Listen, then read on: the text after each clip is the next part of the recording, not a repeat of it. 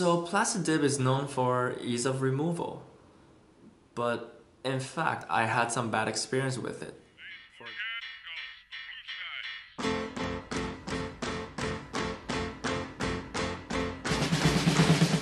Hello everyone, welcome to my channel. This is Danny. Today I'm very excited to share with you guys that my dipyourcar.com order has finally arrived.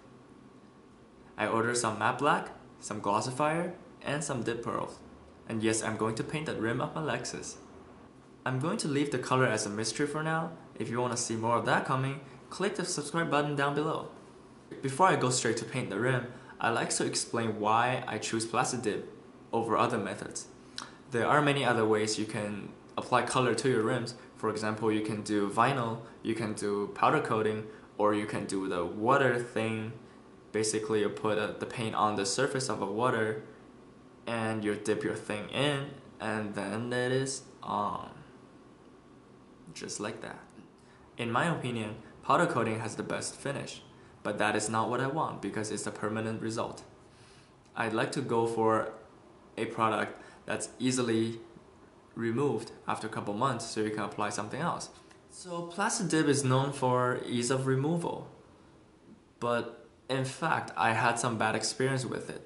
For example, on my previous BMW, I painted the taillight housing, I painted the rims, and when I try to remove them, they are harder than I expected. They always break apart, or some parts just don't come off, and I have to really rub it or use alcohol to try to, get it off.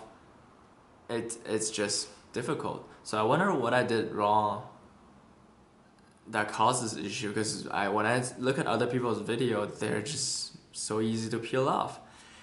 And I realized the thing that I did differently is that I don't wait for 10 to 15 minutes between each coat. I always apply the next coat as soon as the previous coat is dry to touch. So maybe this is the issue, maybe this is why. So what I want to do now is I want to have two spots on my car. I want to apply the Plastic Dip differently. The first one, I'm going to do it my way. As soon as the first coat is dry to touch, I'll apply the second one. And the other one, I'm going to do it the correct way. I'll wait for 10 to 15 minutes. And I'll give it another 24 hours for the paint to cure. I'm going to peel it, see if there's any difference between the two. So let's get to it. So here I am with my car. I'm going to choose two spots on the driver's side door, one in the front and one at the back. The one in the front is going to be the one without the waiting, and the one at the back, I'll wait for 10 to 15 minutes between each coat.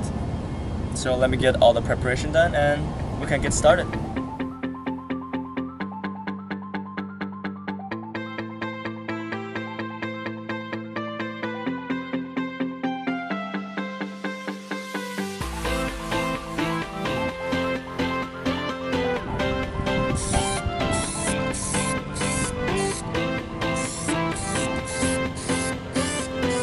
Less than 2 minutes. The one in the front is already dry.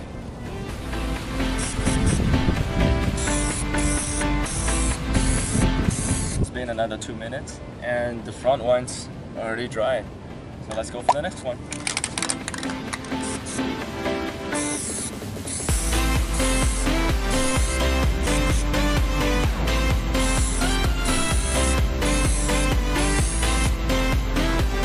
That's the fourth coat, the last coat.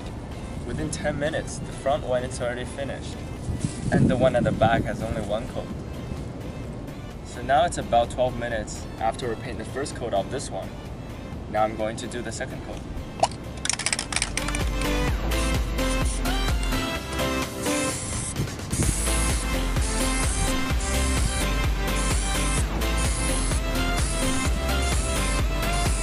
So finally, I'm going for the last coat of the one at the back.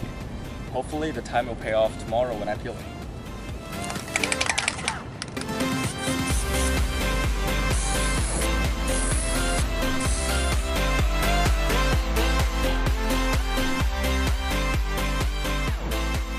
Alright, now so we're all done here. We're gonna wait for 24 hours for the paint to cure, and we'll come back tomorrow to peel them off. It's been 24 hours now. Before I remove them, I'd like to compare the surface finish. Now the one in the front feels rougher than the one at the back. And if you look really close, you can see the difference. Let's proceed to the next step, the peeling.